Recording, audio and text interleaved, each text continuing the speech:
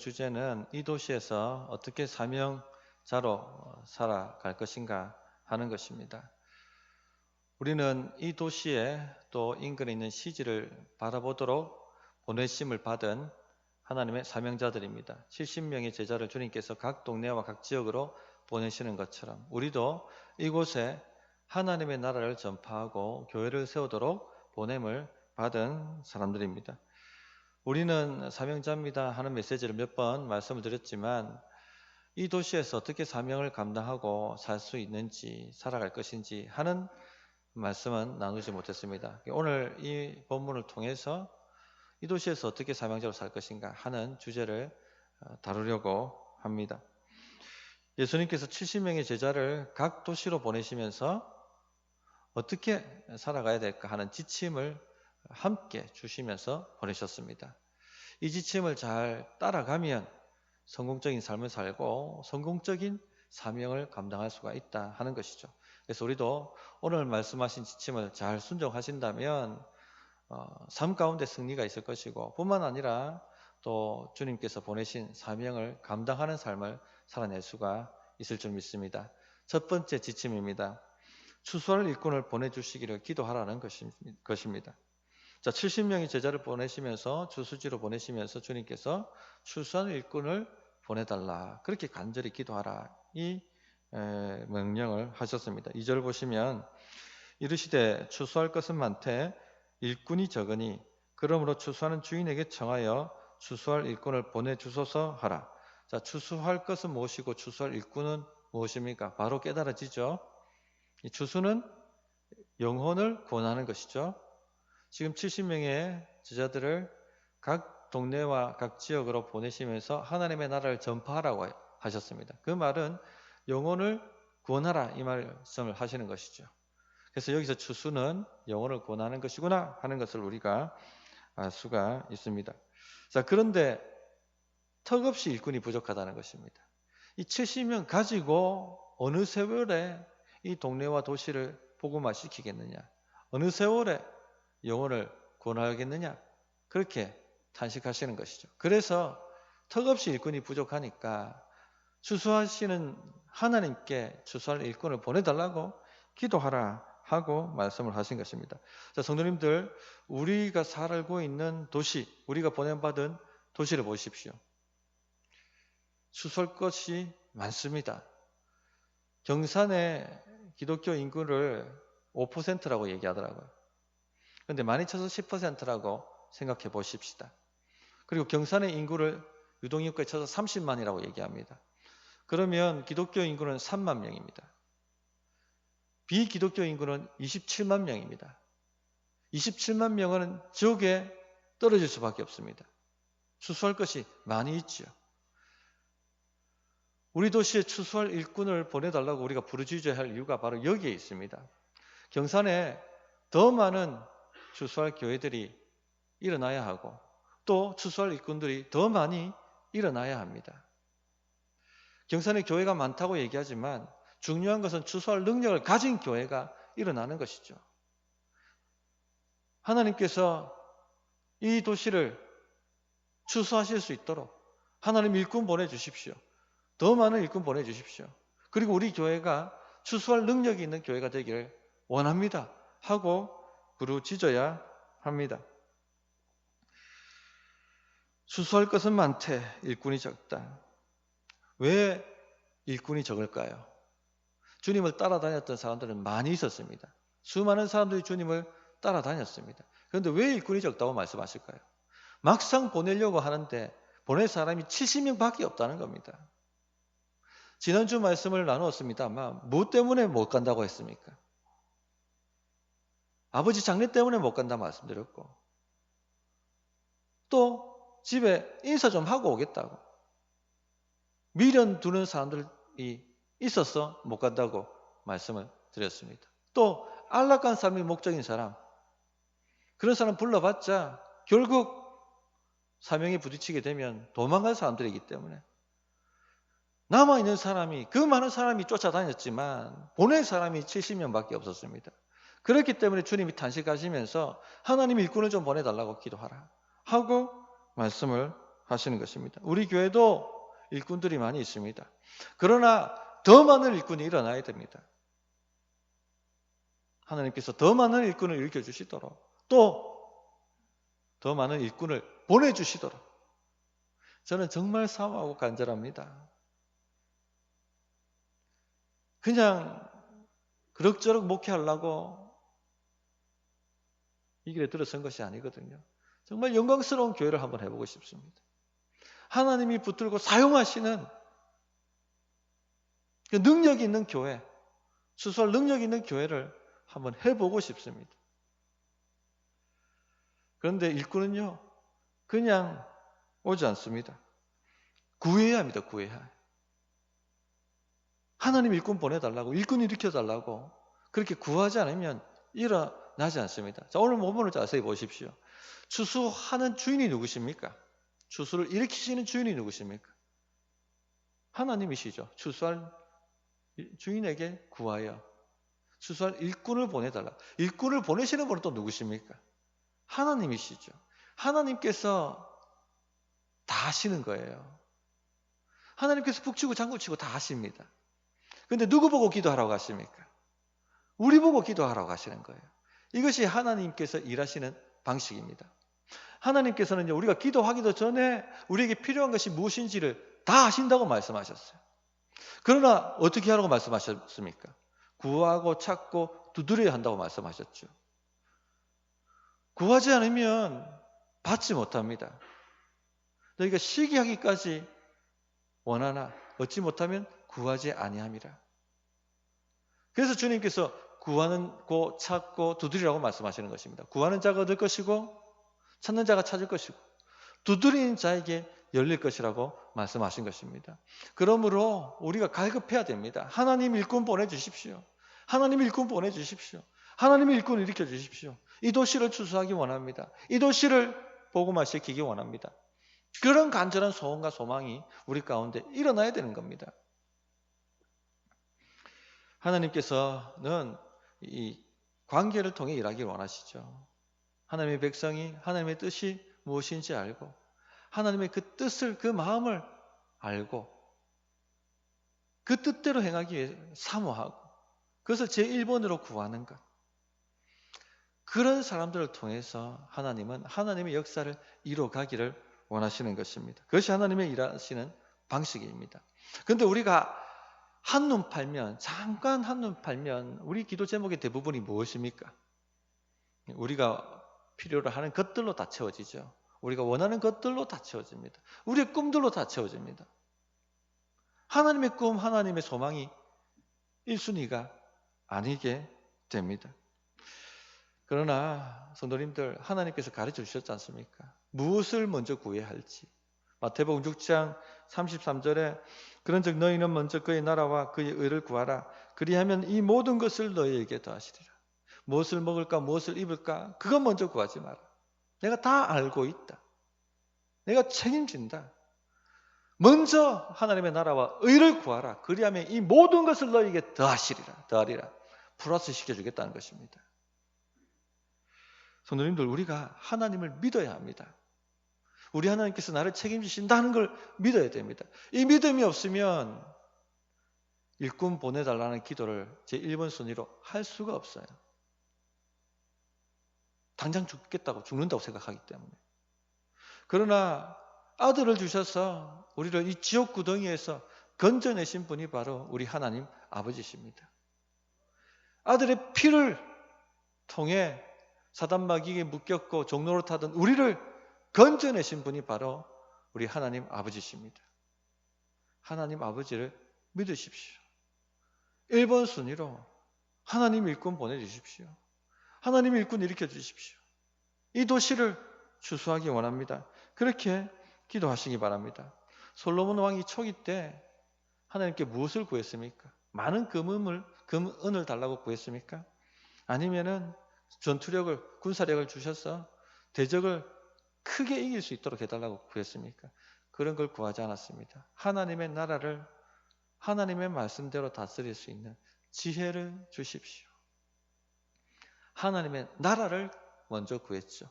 하나님이 기뻐하시면서 나머지는 다 더해 주셨어요. 다 플러스 시켜주셨습니다. 주기도문에도 주님께서 어떻게 기도하라 가르쳐 주셨는데 무엇을 먼저 구하게 만드셨습니까? 주의 이름이 거룩히 여김을 받는 것, 예배가 일어나도록, 수많은 사람이 예배에 올 수 있도록 기도하는 것, 또 하나님의 뜻이 땅에서 성취되도록, 그걸 먼저 구하라고 말씀하셨죠. 성도님들, 기도의 1번 순위, 간절한 우리의 기도, 주님 추수할 일꾼을 일으켜 주시고 추수할 일꾼을 보내어 주십시오. 그렇게 기도하시기를 부탁드립니다. 두 번째 지침입니다.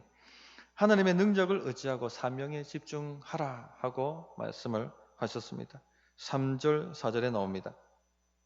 갈지어다 내가 너희를 보냄이 어린 양을 이리 가운데로 보낸 것 같도다. 전대나 배낭이나 신발을 가지지 말며 길에서 아무에게도 문안하지 말라. 전대는 돈주머니를 말합니다. 신발조차 가지지 말고 가라고 말씀하고 있죠. 예수님께서 12사도를 갈릴리 강마을로 보내셨던 누가복음 9장 1절에 그 얘기가 나오지 않습니까? 그때 말씀하셨던 내용과 똑같은 지시를 하고 계신 것입니다. 좀 더 여기 이 말씀이 구체적으로 얘기를 해주고 계시죠. 내가 너희를 보냄이 어린 양을 이리 가운데로 보냄과 같도다. 자, 이 말씀 무슨 말씀입니까? 세상은 복음을 받아들이기에는 그렇게 호락호락한 곳이 아니다 하는 것을 알려주고 있죠. 우리가 보냄받은 이 도시는요, 복음으로 교회를 세우기에 그렇게 호락호락한 도시가 아닙니다. 위협과 위험이 도사리고 있는 것입니다.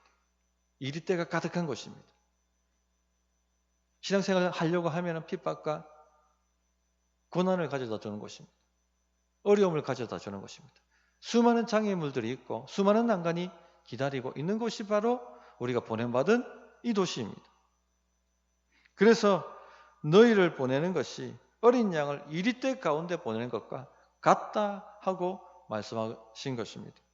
그럼 어떻게 우리가 사명을 감당할 수 있습니까?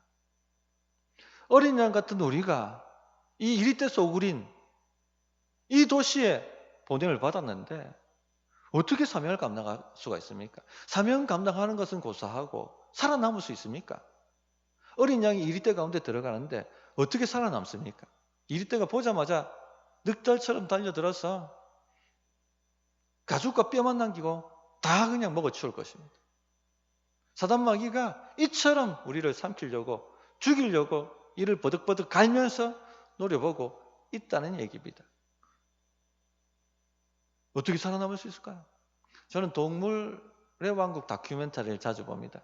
거기 보면 이리떼가 사슴 사냥하는 것을 방영하고 할 때가 있어요. 거기 보면은 지칠 때까지 이리떼들이 몰고 다닙니다.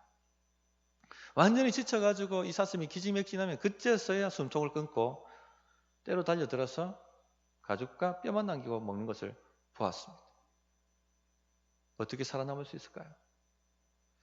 주님께서 살아남을 수 있는 방법뿐만 아니라 사명 감당할 수 있는 방법 딱 한 가지를 오늘 말씀을 통해서 알려주십니다. 전적으로 하나님을 의지하라는 것입니다. 그것이 우리가 살아남는 방법이고 사명 감당할 수 있는 방법입니다. 철저히 하나님을 의지하는 것. 이 방법밖에 없습니다. 그래서 주님께서 아무것도 가지지 말고 전대나 배당이나 신발도 가지지 말고 주님만 의지하고 나아가라 말씀하신 것입니다. 우리가 생각하기에는요, 많은 것을 갖추고 있어야지 안전할 것이라고 생각하고 사명도 감당할 수 있을 것이라고 생각합니다. 어린 양이 이리때 가운데 들어가는데 얼마나 방비를 해야 되겠습니까? 얼마나 안전을 위해서 갖출 것을 갖춰야 하겠습니까? 그런데 우리 주님은 다 필요 없다. 오직 한 가지만 가지고 가면 된다. 바로 나의 이름, 나를 의지하는 믿음, 그것 한 가지 가지고 들어가면 살아남을 뿐만 아니라 사명을 감당하게 될 것이다 하고 말씀하시는 것입니다. 성도님들, 이 세상 사는 방법 어떻게 목사님 잘 살 수 있습니까? 딱 한 가지 잘하시면 됩니다. 어떻게 이 세상에서 성공할 수 있습니까? 딱 한 가지 잘하시면 됩니다. 전적으로 하나님을 의지하는 것. 전적으로 하나님을 의지하는 것. 이것 한 가지만 제대로 하면 됩니다. 반드시 성공하고 승리하게 되어 있습니다. 우리는 인간적 방법을 생각하고요, 인간적 자원을 생각합니다. 또 인간적 계산을 하기에 아주 머리가 빠르게 돌아갑니다. 그런데 인간적인 방법, 인간적인 자원, 인간적인 계산, 손에 잡힐 만한 능력이 있습니까? 없습니까? 있어요. 힘을 줍니다. 힘을 가지고 있습니다. 그죠? 지금 내 통장에 잔고가 0원인 거 하고 수십억 있는 것하고 힘이 다릅니다. 내가 쓸 수 있는 방법이 여러 가지 있는 것하고 아무 방법이 없는 것하고 힘이 다르죠. 파워가 다릅니다. 자, 그런데 중요한 것은 무엇입니까?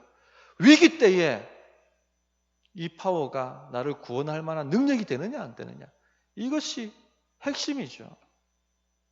위기 때에 이것이 능력을 발휘할 수 있는가 하는 것이 바로 중요한 것입니다. 그런데 이 인간적인 방법, 인간적 계산, 인간적인 자원은요, 위기 때에 우리를 구원할 능력이 안 된다는 겁니다. 경험해 보신 분은 다 아시지 않습니까? 위기 때에 아무런 도움이 안 되는 것입니다. 그러나 하나님의 능력은, 하나님의 힘은 위기 때에 우리를 구원하는 능력이고 힘입니다. 보십시오. 이스라엘 백성들이 홍해를 어떻게 건넜습니까? 배를 타고 건넜습니까? 헤엄쳐서 건넜습니까? 위기 때 인간적인 방법과 인간적 능력은요, 아무 소용이 없어요. 그런데 어떻게 건넙니까? 하나님의 능력으로 걸어서 건너지 않습니까? 믿음의 힘, 우리를 구원하는 힘이 여기에 있는 것입니다. 여리고성을 어떻게 무너뜨렸습니까? 반드시 넘고 가야 될 이상, 넘지 않으면 여기서 다 죽을 수밖에 없는 그 난공불락의 요셉, 공성태를 쌓고 어마어마한 군사력으로 무너뜨렸습니까? 아닙니다. 믿음이죠, 믿음. 하나님을 믿는 믿음으로 나아갔을 때 그 여리고가 무너졌습니다. 골리앗을 어떻게 잡았습니까? 이스라엘 백성들을 위협하고 두려움에 떨게 만들고 흩어지게 만들었던 그 엄청난 거인을 믿음으로 다윗이 물맷돌로 때려잡습니다. 성도님들, 우리를 구원하는 능력은요, 하나님을 의지하는 것에서 나오는 능력입니다. 그래서 하나님만 의지함으로 삶을 사시기 바랍니다. 둘째, 사명에 집중해야 됩니다. 사명에서 눈을 돌리는 순간 우리를 지탱하던 이 초자연적 능력이 일순간 사라져버리고 맙니다. 오늘 말씀 보시면 길에서 아무에게도 문안하지 말라. 무슨 말씀입니까? 아는 사람 만났다고 거기서 막 얘기 나누고 시간 보내지 말라는 얘기입니다. 사명 잊어버리거든요. 대충 인사하고 난 사명 있다고 빨리 사명을 향해서 달려가라는 것입니다. 우리가 목장 모임 모일 때도, 목장으로 모일 때도 사명을 잊어버리면 어떻게 돼요? 목장 나눔이 산으로 가죠. 드라마 얘기 나오고, 그죠? 그리고 경제 얘기 나오고, 그리고 정치 얘기 나옵니다. 그러면 목장의 파워, 초자연적 파워는 사라져 버립니다. 시들시들해져 버립니다. 우리 주 관심사가 세상사가 될 때 우리를 지탱하는 초자연적 파워, 하나님의 능력은 사라져 버립니다. 베드로가 물 위를 걸을 때 주님을 바라볼 때는 그 능력이 역사했지만 주님께로부터 눈을 돌릴 때 그 능력이 사라졌던 것처럼 우리의 관심이 사명에서 세상사로 무엇을 먹을까 무엇을 입을까로 넘어가면 이 능력이 사라진다는 것입니다. 7절에 그 얘기를 또 하고 있죠.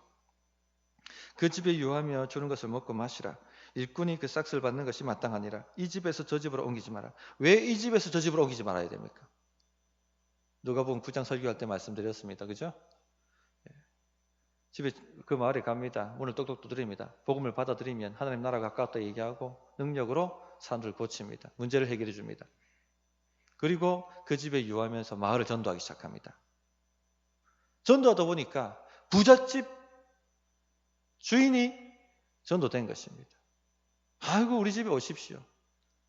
더 좋은 식사가 있고 더 좋은 방이 있고 더 좋은 유익한 것들이 많이 있습니다. 거기에 마음이 혹해 빠지게 되면요, 사명 잊어버려요. 이 땅에서 더 좋은 대우, 더 좋은 환경, 더 좋은 것, 더 좋은 것, 이게 목적이 되면 능력이 사라진다는 겁니다. 그러므로 이 집에서 저 집으로 옮기지 말고 하나님을 믿으라는 얘기입니다. 하나님이 부하게 할 때는 부하게 하시고 또 가난하게 할 때는 가난하게 하시고, 그러나 책임지시는 분이 하나님이신 걸 믿고 사명에 오르라는 것입니다. 그러면 된다는 얘기죠. 디모데전서 6장 17절부터 19절에 바울이 이렇게 고면합니다. 내가 이 세대의 부한 자들을 명하여 마음을 높이지 말고 정함이 없는 재물에 소망을 두지 말고. 재물은요, 정함이 없습니다. 구원할 능력이 없습니다. 오직 우리에게 모든 것을 후히 주사 누리게 하시는 하나님께 두며, 하나님께서 우리를 후히 주사 누리게 만드시는 분이십니다. 여기에 소망을 두고 선을 행하고 선한 사업을 많이 하고 나누어 주기를 좋아하며 너그러운 자가 되라. 이 말씀은요, 하나님 나라를 위해서 재물을 쓰라는 것입니다. 사명을 위해서 사명 중심적 삶을 살면 이것이 장래의 자기를 위하여 좋은 터를 삼아 참된 생명을 취하는 것이니라. 위기 때에 구원할 능력이 여기서 발휘된다는 것입니다. 그러므로 성도님들, 주님을 의지하시고 믿으시고 사명에 집중해 보십시오. 그러면요, 안 될 것 같은데, 반드시 안 돼야 되는데 길이 열리고 되는 역사가 나타나게 되어 있습니다. 세 번째 지침입니다. 하나님의 나라가 가까이 왔다는 것을 전파하라는 것입니다. 9절, 거기 있는 병자들을 고치고 또 말하기를 하나님의 나라가 너희에게 가까이 왔다 하라. 자, 하나님의 나라가 가까이 왔다 하는 것은 우리가 전해야 될 메시지입니다. 하나님의 나라를 영접하면 구원을 받을 것이고, 하나님의 나라를 거부하면 영원한 지옥 심판을 받게 될 것이다. 우리가 전해야 할 메시지죠. 담대하게 전하셔야 됩니다. 그런데 단지 말로만 전하는 것이 아니라 능력으로 전하라고 말씀하십니다. 거기 있는 병자들을 고치고, 하나님의 능력이죠, 능력. 그런데 목사님, 우리는 그 능력을 받지 못했지 않습니까? 그렇게 말씀하시는 분들이 있습니다. 물론 우리는 직접적으로 주님께 이 같은 능력을 바로 받은 사람은 없습니다. 그런 사역자는 없습니다. 그러나 우리에게는 기도의 능력이 있죠. 기도할 수 있습니다. 기도하면 응답이 옵니다. 기도하면 하나님께서 역사하십니다. 지금까지 너희가 내 이름으로 아무것도 구하지 아니하였으나 구하라. 그리하면 내가 시행하리라. 내가 역사하리라.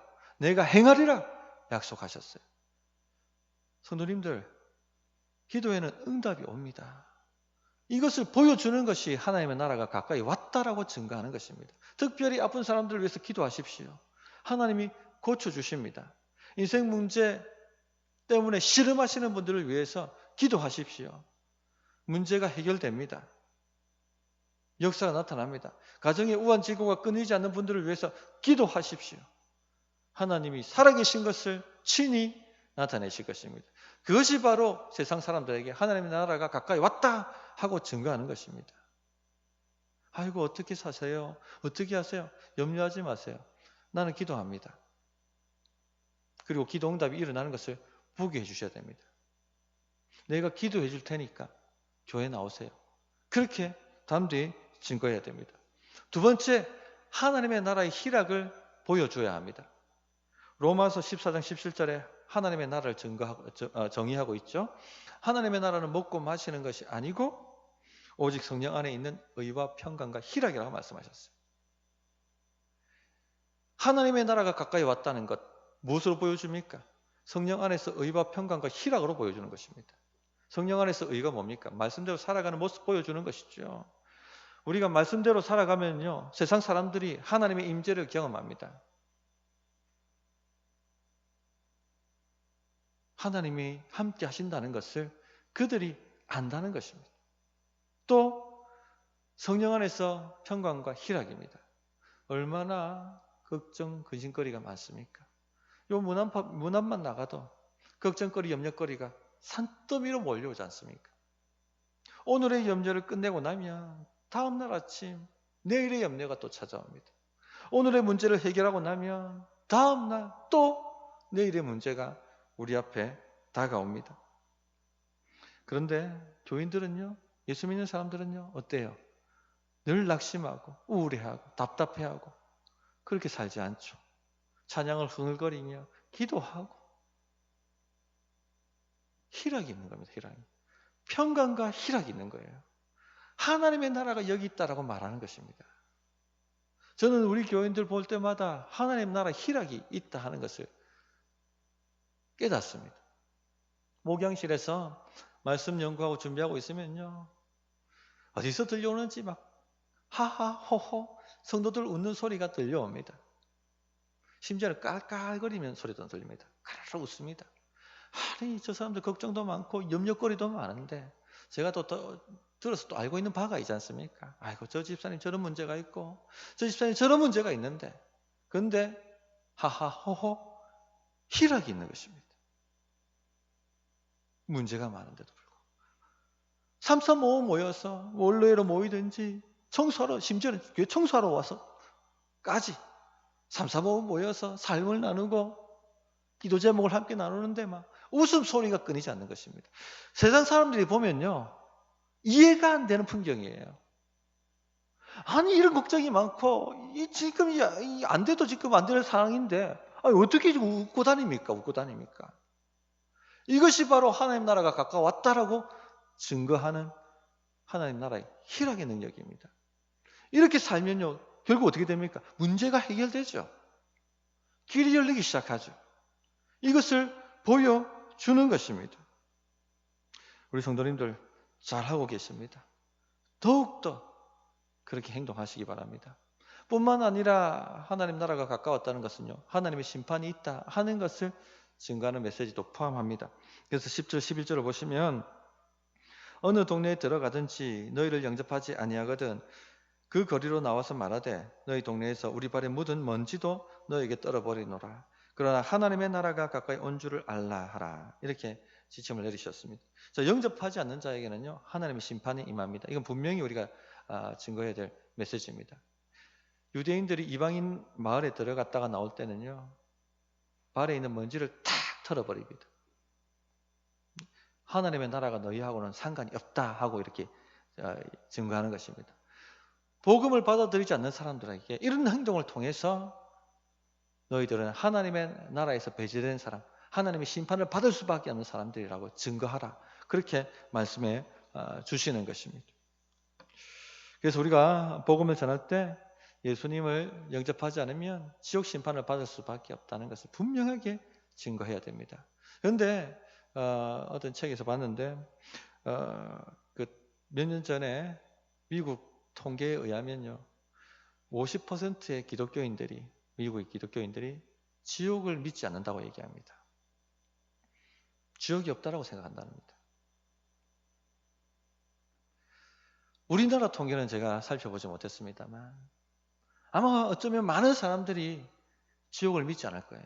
입술로는 고백할지 모르지만 그러나 실천적으로는 아마 지옥 심판이 있다는 것을 받아들이지 않고 있지 않는가 그런 생각이 듭니다. 그러나 하나님은 지옥이 있다는 것을 분명하게 말씀하셨어요. 주님을 온전하게 영접하지 않는다면 반드시 지옥 심판을 받을 수밖에 없다라고 경고하셨습니다. 오늘 말씀에 그 경고를 주고 계시죠. 12절부터 15절에 그 내용이 나옵니다. 내가 너에게 말하노니 그 날에 소돔이 그 동네보다 견디기 쉬우리라. 화 있을진저 고라시나 화 있을진저 베세다야 너희 행한 모든 권능을 두로와 시돈에서 행하였더라면 그들이 벌써 베옷을 입고 제에 앉아 회개하였으리라. 심판 때에 두로와 시돈이 너희보다 견디기 쉬우리라. 가버나움아 내가 하늘에까지 높아지겠느냐 음부에까지 낮아지리라. 예수님의 복음을 맛보고 예수님의 권능을 맛보고 또 주님을 배척했던 동네가 고라신, 베세다, 가버나움입니다. 시돈, 두로, 소돔 악명 높은 도시들입니다. 하나님의 심판을 받은 도시들입니다. 그러나 하나님의 복음을 듣고도 하나님의 나라가 가까이 왔다는 그 권능을 맛보고도 영접하지 않는 도시들, 영접하지 않는 사람들은 이 소돔보다 두로와 시돈보다도 더 심각한 지옥 심판을 받게 될 것이다. 반드시 경고하라. 하고 말씀하고 계신 것입니다. 성도님들, 우리가 이 도시의 본원을 받았습니다. 담대하게 이 메시지를 증거하십시오. 우리가 아는 사람들에게 하나님 나라가 가까이 왔다는 것을 증거하시기 부탁드립니다. 그것이 주의 뜻입니다. 어떻게 이 도시에서 사명자로 살 것인가? 3가지 지침을 나누었습니다. 첫째, 추수할 일꾼을 보내주시기를 기도하라는 것이죠. 우리 기도의 1순위가 되시기 바랍니다. 우리 교회의 기도 1순위가 되시기를 부탁드리고, 두 번째, 하나님만 의지하고 그리고 사명에 집중하라 말씀하셨습니다. 자, 이렇게 되면 안 될 것 같은데요. 이게 길이라는 겁니다. 이래 가면 진짜 죽을 것 같고 이래 가면 정말 망할 것 같은데 이게 길이라는 거예요. 이게 길. 하나님 믿고 한번 해보시기 바라고, 셋째, 하나님의 나라가 가까이 왔다 하는 것을 분명히 말씀하셔야 됩니다. 또 능력으로 증거하셔야 되겠습니다. 이 지침을 통해서 이 지침을 잘 순종하시면요, 살아남을 뿐만 아니라 성공적인 삶을 살 수 있게 될 줄 믿습니다. 어떻게 응답이 될지 1분간 기도하겠습니다.